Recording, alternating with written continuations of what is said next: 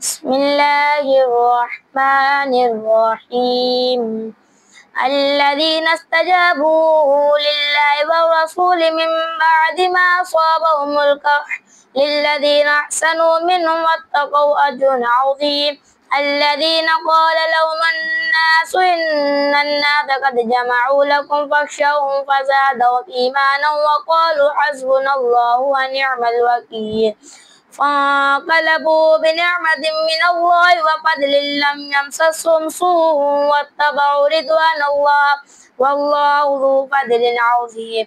إنما ذلكم الشيطان يخوف أولياء فلا تخافوهم وخافون إن كنتم مؤمنين. ولا يحزنك الذين يسارعون في الكفر إنهم لن يضروا الله شيئا يريد الله ألا يجعل لهم حظا في الآخرة ولهم عذاب عظيم. إن الذين اشتروا الكفر بالإيمان لن يضروا الله شيئا ولهم عذاب أليم.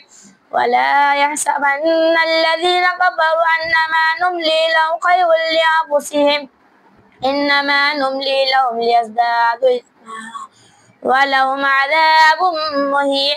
ما كان الله ليذر المؤمنين على ما أنتم عليه حتى يميز الخبيث من الطيب وما كان الله ليطلعكم على الغيب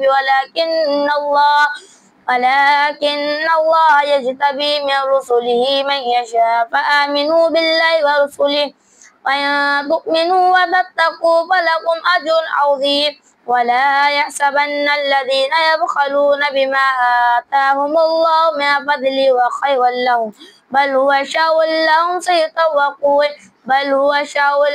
سيطوقون ما بخلوا به يوم القيامة ولله ميراث السماوات والأرض والله بما تعملون خبير. صدق الله العظيم.